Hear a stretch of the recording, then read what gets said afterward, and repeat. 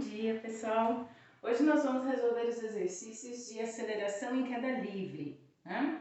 O primeiro exercício conta a história de Dave Munday, né? Que em 1993 desceu as cataratas do Niágara dentro de uma bola de ferro, né?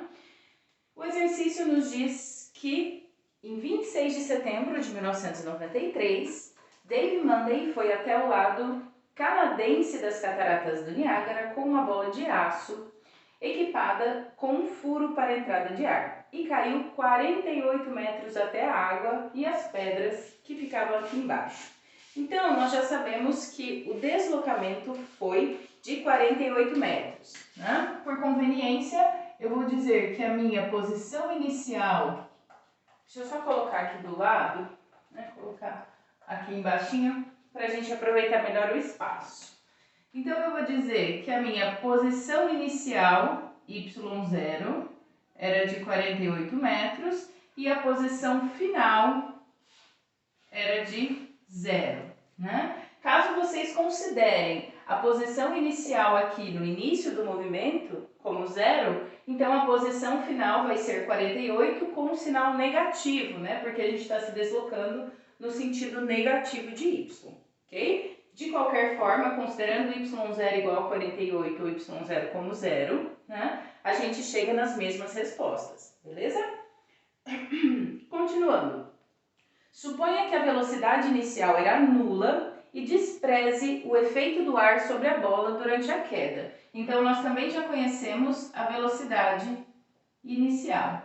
E, naturalmente, como se trata de um movimento em queda livre, nós já conhecemos a aceleração do movimento. Né? Em todos os exercícios que nós estivermos falando de aceleração em queda livre, né, corpos que sobem ou corpos que descem, né, com a aceleração da gravidade, a aceleração do movimento vai ser sempre g. Né? Como nós estamos considerando o eixo y positivo para cima e nós sabemos que a aceleração gravitacional é sempre dirigida verticalmente para baixo, né? Nós temos aqui uma aceleração com um sinalzinho de menos. Né? Vamos sempre trabalhar com o valor de 9,81 metros por segundo ao quadrado. Não vamos arredondar para 10, ok? Isso ficou lá para o ensino médio de vocês. Bom, vamos ver o que o exercício nos pede na letra A.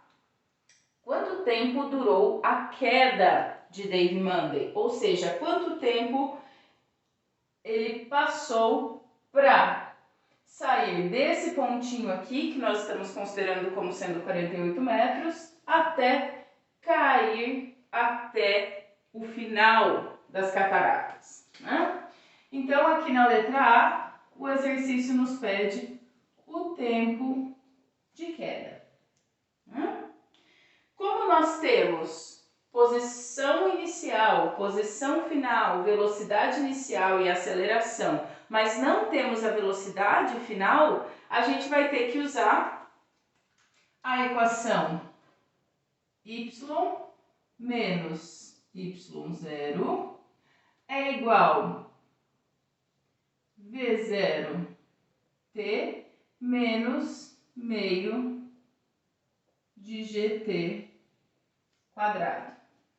Essa aqui é uma das equações do movimento de aceleração constante, né? Uma das principais equações do movimento de aceleração constante, e quando a gente traz essas equações do movimento de aceleração constante para um movimento específico de queda livre, algumas coisinhas mudam. Né? A gente definiu essa equação em termos de um deslocamento horizontal. Então, nós tínhamos x menos x0 igual a v0t mais meio de at quadrado. Então, agora nós trabalhamos com deslocamentos verticais, já que o movimento de queda livre se dá sempre verticalmente, né? Pode ser um movimento de subida ou um movimento de descida, apesar do nome ser queda livre. Né?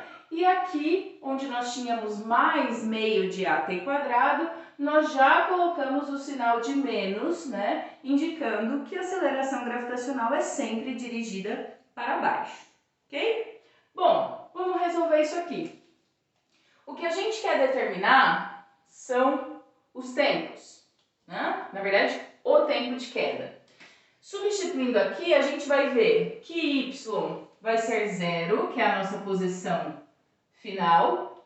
Esse termo aqui também vai ser 0, porque o exercício sugeriu que a gente assumisse que a velocidade inicial era 0.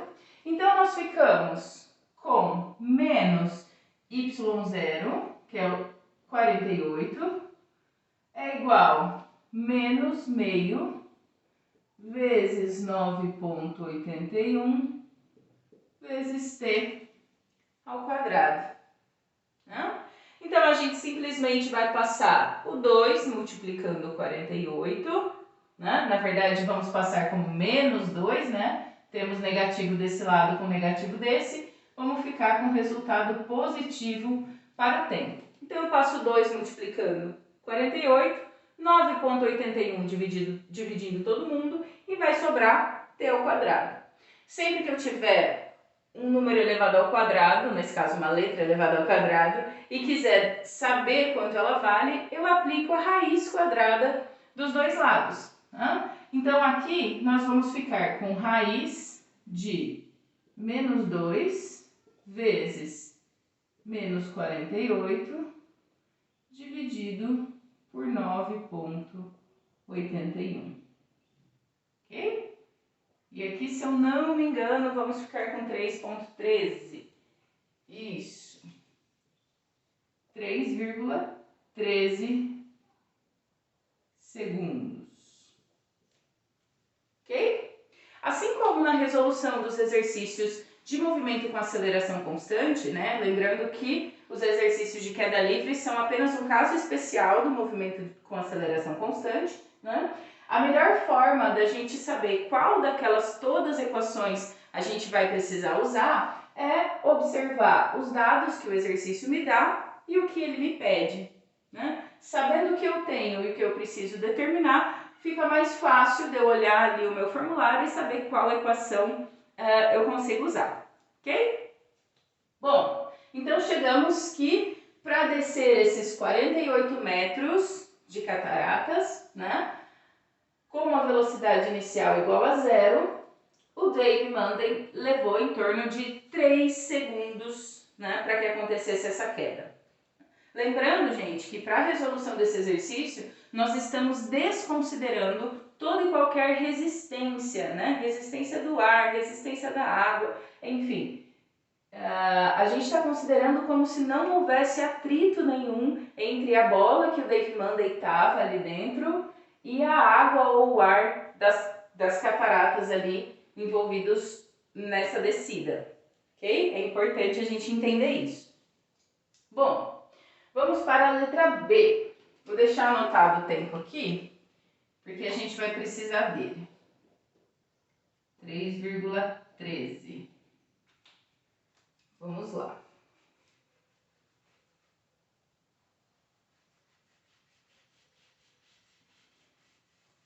Na letra B, o exercício nos diz o seguinte: Manden podia contar os 3 segundos de queda livre, mas não podia ver o quanto tinha caído a cada segundo. Determine sua posição no final de cada segundo de queda. Ou seja, o exercício quer que a gente determine qual o deslocamento, né, ou em que posição o Dave Manden estava a cada segundo dessa queda. Ou seja, quando havia se passado 1 segundo, em que posição ele estaria, quando havia passado 2 segundos e quando havia passado 3 segundos. Ok? Então, na letra B, nós queremos calcular posição. Sempre que a gente estiver falando de movimento vertical, então a posição agora não vai ser mais x, né? Posição é y, porque a gente está trabalhando em outro eixo, que é o eixo vertical. Então vamos lá. Ele quer saber, né? Ele nos pediu aqui para cada um dos segundos. Então, primeiro, né, a gente sabe qual é a posição inicial, que a gente está considerando como sendo y0, 48 metros. Sabemos a velocidade inicial, sabemos a aceleração e a gente já sabe qual tempo a gente vai trabalhar. 1 segundo, 2 segundos e 3 segundos. Então, eu posso utilizar a mesma equação que eu tinha usado até então, né? Então, eu vou usar sempre y é igual a y0 mais v0t menos meio de gt ao quadrado. Ok? O que eu quero calcular é esse y0 é 48, v0t a gente já pode sumir com esse termo daqui, porque estamos trabalhando com uma velocidade inicial nula. A aceleração 9,81 e o tempo vamos fazer para cada um desses segundos. Então, primeiro, quando t igual a 1 segundo, ou seja, quando tivesse decorrido apenas 1 segundo do início do movimento, do início da queda do Dave Munday dentro da bola. Então, nós teríamos y é igual a y0, que é 48, menos meio vezes 9,81, que é a aceleração gravitacional, vezes 1 ao quadrado, que é o instante que eu quero achar a posição. Eu chego que y é igual a 43,1 metros. Certo? Essa é a posição, vou chamar de posição 1, porque é a posição do instante 1 segundo. Beleza? E aí fazemos o mesmo para o instante 2 segundos e para o instante 3 segundos. Vamos lá. Quando t for 2 segundos. Vamos lá para a equação base. Agora eu vou chamar de y2 é igual a y0, 48 metros, menos meio vezes 9,81 vezes o meu instante, que agora é 2 ao quadrado. Eu chego aqui para um valor de y2 de 28,4 metros. Percebam que se a minha posição inicial era 48 e a minha posição final é 0, né? A cada segundo que se passa, a minha posição tem que ser menor. Então, eu saí de 48 metros no instante inicial. Em 1 segundo, eu já estava na posição 43,1, ou seja, tinha descido, eu não, né? O Dave Munday tinha descido em torno de 5 metros. Em 2 segundos, eu já tinha ido de 43 para 28 metros. Né? E agora, em 3 segundos, naturalmente, a gente vai ter que estar próximo de 0, né? Porque o tempo total de queda foi 3,13 segundos. Então, em 3 segundos, a gente não vai chegar em 0. A gente chegaria em 0 se a gente jogasse aqui, ó, 3,13 segundos. Né? Então, por fim, qual a posição para quando tivesse decorrido 3 segundos do início da queda?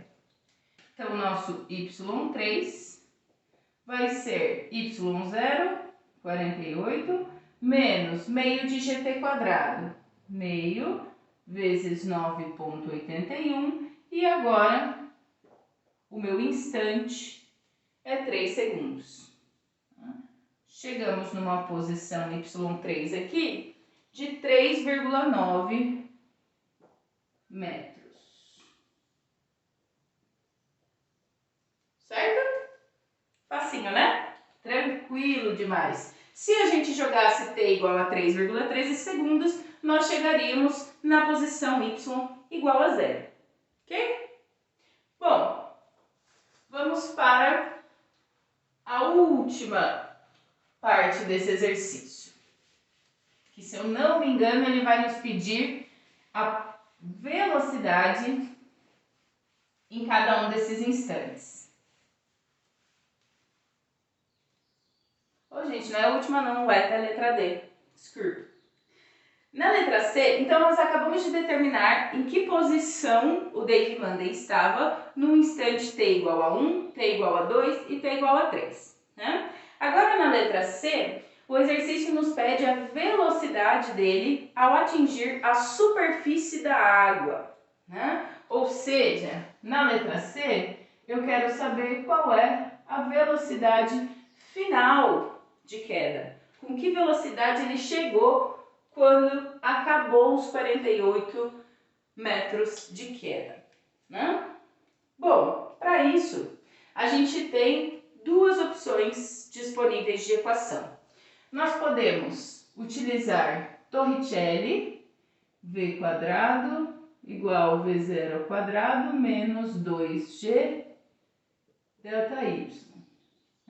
Lembrando que eu estou adaptando a equação original, v quadrado igual v0 quadrado mais 2a delta x, para um movimento específico de queda livre, né? Quando acontece isso, o meu sinal, todo e qualquer sinal que anteceder um termo que tenha aceleração vai passar de mais para menos e os meus deslocamentos, né, posição inicial e final, se tornam em função de y.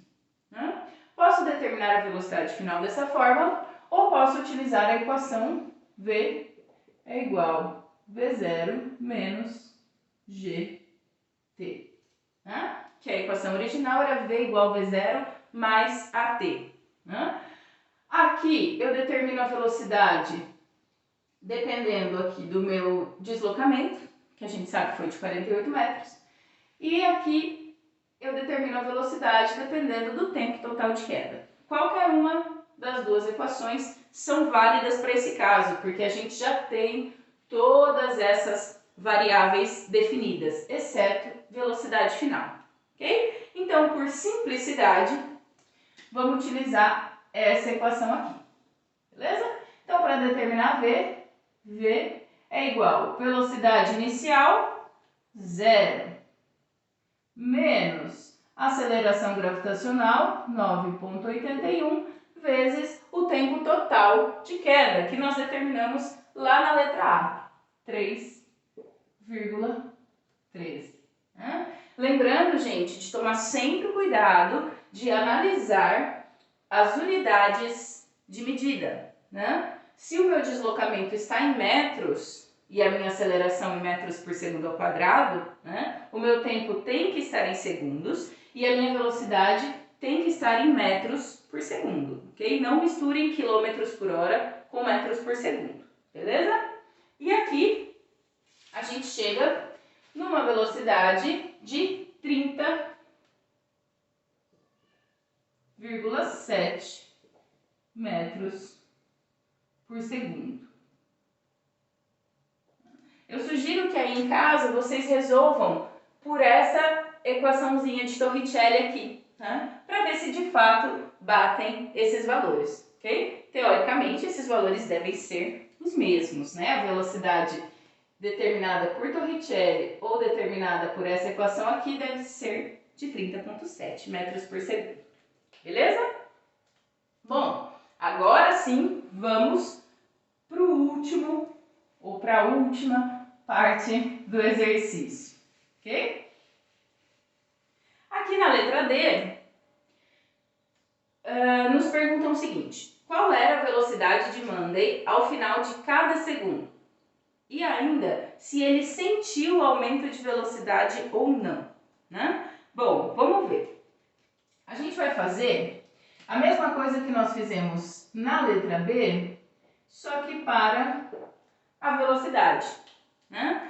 Como eu quero calcular a velocidade em função de cada instante de tempo, nós vamos utilizar a equação v igual a v0 menos gt.